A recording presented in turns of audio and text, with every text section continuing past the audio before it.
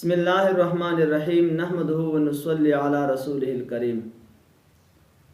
इदरीस का देहलवी रहमतुल्लाह अलैहि अपनी किताब मेरी नमाज में एक हदीस मुबारका नकल करते हैं। फरमाते हैं कि जब क़यामत के दिन नमाजियों को जन्नत में जाने का हुक्म होगा तो सबसे अव्वल एक जमात जन्नत में जाएगी। उनके चेहरे सूरज की तरह चमकेंगे। तो फरिश्ते इनसे दरियाफ्त करेंगे कि तुम कौन लोग हो और क्या अमल करते थे। ये जमात जवाब देगी कि हम मुसलमान हैं और दुनिया में हमारा अमल ये था कि हम नमाज के हिफाजत करते थे। फिर फरिश्ते दरियाफ्त करेंगे कि नमाज की हिफाजत किस तरह करते थे। ये जवाब देंगे कि हम लोग हमेशा 5 वक़्त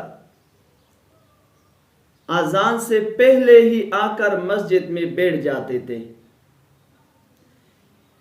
फिर इसके बाद दूसरी जमात पुलिस रात से गुजर जाएगी। उनके चेहरे 14वीं रात की तरह चमकेंगे। फरिश्ते उनसे दरियाफ्त करेंगे कि तुम कौन लोग हो और क्या अमल करते थे।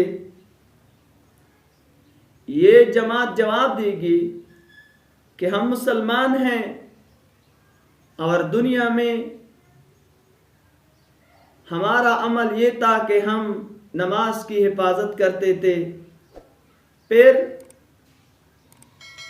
ये फरिश्ते दरियाफ्त करेंगे कि नमाज की हिफाजत किस तरह करते थे। ये जमात जवाब देगी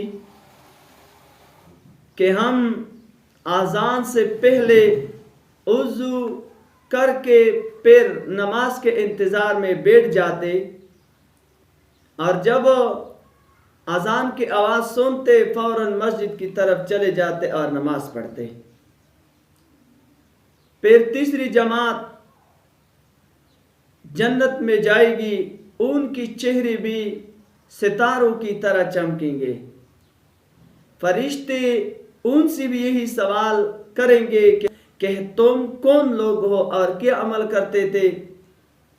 तो ये जमात जवाब देगी कि हम मुसलमान हैं और हमारा अमल ये था कि जब आज़ान की आवाज़ सुनकर फिर वुज़ू करके फ़ौरन मस्जिद की तरफ चले जाते और हमेशा के लिए तकबीर उला का एहतमाम करते थे। इसीलिए हमें भी चाहिए कि हम भी अपनी नमाज़ों को अपने वक़्त पर पढ़ने का एहतमाम करें। अल्लाह जल्ल शानुहु हम इस पर अमल करने की तौफीक अता फरमाए। जज़ाकुमुल्लाहु खैरा।